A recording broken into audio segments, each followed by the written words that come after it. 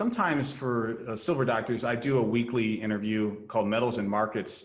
It's basically a wrap for the week. And sometimes there'll be an issue where a person that I want to interview maybe fell through for some reason, this or that.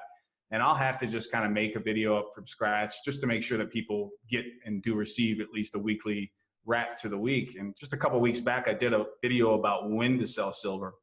Right. And I broke out a chart that's a very good chart that's done by Nick Lard over at goldchartsrus.com.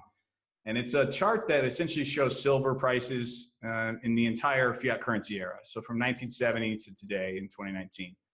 And what it uses is the standard spot price that we see, day to day, and it's using daily data aggregated.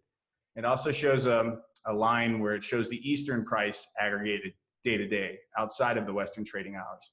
And then it shows a Western trading price. And there's huge divergences that have begun. If you look at it, there's huge divergences, much more so in silver than in gold. And the silver side in this video, you'll see there's various price times and points throughout this entire fiat currency era where both the West and Eastern silver price finally converge. And it's at those times where, looking backwards, it made sense to start divesting some of your silver holdings into perhaps other asset classes.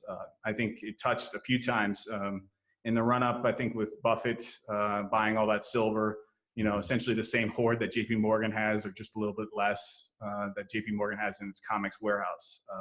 There was a time in March of 2008 when the price was $21.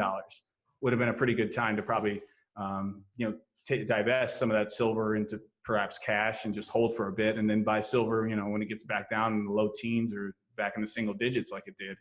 So right now, the Eastern price, this blue line, I think it's right around $80 an ounce.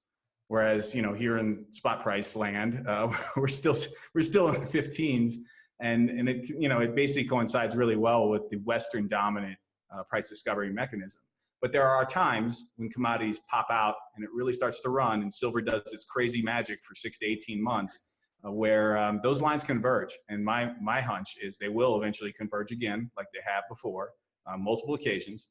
And when that time comes, it'll be time to, hopefully by then you already have places where you're thinking about going with some of these holdings and divesting a little bit. I'm not saying you sell everything at once. It's just like when you acquire it, you do it slowly but surely. But when you go to sell, it's pretty similar. You kind of do it in steps. You don't do it all at once. And you always maintain some prudent position because Lord knows, you never know what could happen in this world. As far as, just emergencies and stuff, it's always nice to have some dry powder. And when I mean dry powder, I mean bullion first and maybe some cash second. Yeah, I know what you mean. It reminds me of 2011. We talked before. I had some option positions on, so things were looking good for a while. I didn't sell near the top because I guess the tricky thing is that part of why so many are drawn to silver and gold is that we do see one day where the dollar doesn't come back. And so I appreciate you mentioning really how do you even think about selling, because that's a tricky thing. Do you sell and go back into dollars, or maybe at some point if silver rises and you have a large position, maybe do you look for, if real estate is crashing, then is that when you take some silver and pick up a house or other assets that are undervalued? Yeah, it's a combination of a few things. I think a lot of people sometimes they take it to the farthest extreme where they think it's like German hyperinflation time. I don't necessarily think that's gonna occur. We could have a really bad inflation though. Things could get out of hand. My hunch is, if you talk about all the different things that can happen in like an upside down bell curve, from everything working out perfectly to either extreme, everything bullish or everything extremely bearish. I'm guessing we're probably around this area. Yeah. Between, eventually going to a place where, if you look back at the past reserve currency that went wayward, it's the British pound. And if you look at their inflation in the 70s and pretty much where it stands today, it's just weakened precipitously over this time frame. And if you look at their economy now, it's just a shell of what it was before when they were an empire.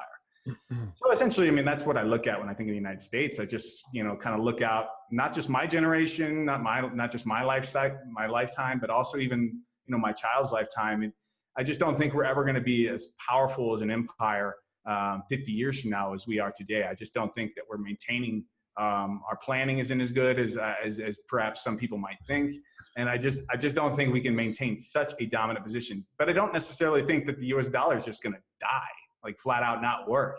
It's just too entrenched. And in 2011, I didn't realize, I didn't give it enough gravitas to understand fully how important it is for the financial system. And it literally makes us still a powerful empire. And it makes a lot of us who are lucky enough to be born in the United States a lot better off than we probably would have been if we've been born in an emerging market in some, small country somewhere and not had as many opportunities or as much purchasing power. So it's like a dual-edged sword in the sense of, you can see it kind of waning and waxing and you kind of want to prepare for that.